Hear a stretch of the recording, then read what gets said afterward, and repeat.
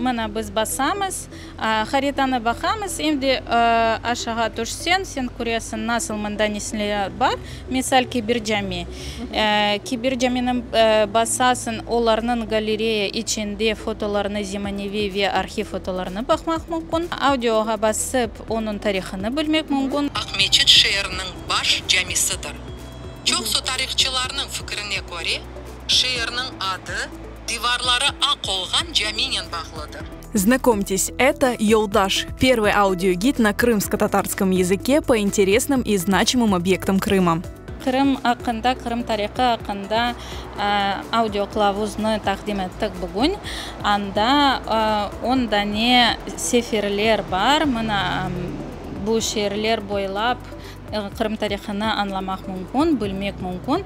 Мақсадымыз бұл Крым тарихыны ойлемер ақылы весаде усулнен бермеге, бұл елевенен қоланмаға ве en güzel tarafından bu yerler yanında geçsen, sen bu yerlerini indi kim yaşadı ya da kim mında edi ya da nasıl cami turganını indi bileceksin ve bu tarihi hatırasını canlandıra ve vatanımızına sahip olarak gerçekten indi duygu gelecek.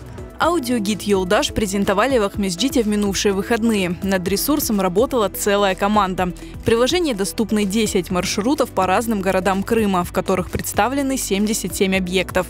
Это мечети, дворцы, керван-сараи, азизы, бани и многое другое. Маршруты для «Йолдаш» специально разрабатывали историки. Мой маршрут был посвящен культурно-литературной жизни Ахмеджита с конца 19 века до конца 30-х годов 20 века.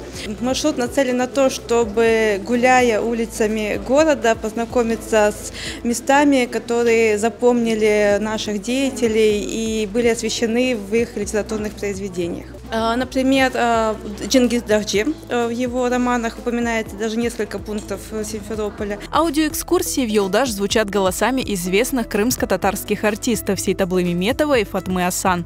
Кроме аудиоэкскурсий, в каждом маршруте доступны изображения интересных исторических объектов. Это архивные и современные фото.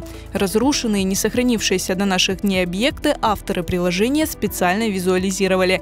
Это была сложная работа, в первую очередь для художника и архитектора Эльдара Мустафаева. Вот если возьмем медресе, допустим, Инджипек Хатун, Эскахарм Дакисой, там как бы есть какие-то, то есть есть материалы, есть планы, есть карты, есть старые изображения, допустим, акварели.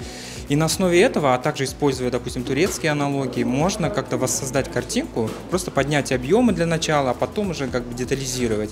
Но есть объекты, как вот Калга-Султан, Ахмеджитский, там это намного сложнее все, потому что там как бы у нас ничего нету, и там приходилось как бы уже, используя какой-то архитектурный анализ, немножко культурологический анализ, и также используя какие-то турецкие аналогии, ну и ханского дворца в первую очередь, конечно, воссоздавать картину. Поэтому стоит смотреть на эти реконструкции достаточно осторожно, потому что это как условная реконструкция. Аудиогид «Йолдаш» представлен на крымско-татарском языке. К каждому аудио прилагается словарь сложных слов. «Йолдаш» доступен для скачивания по ссылке или QR-коду. Авторы проекта готовы продолжать работу, чтобы добавить в «Йолдаш» еще больше интересных маршрутов.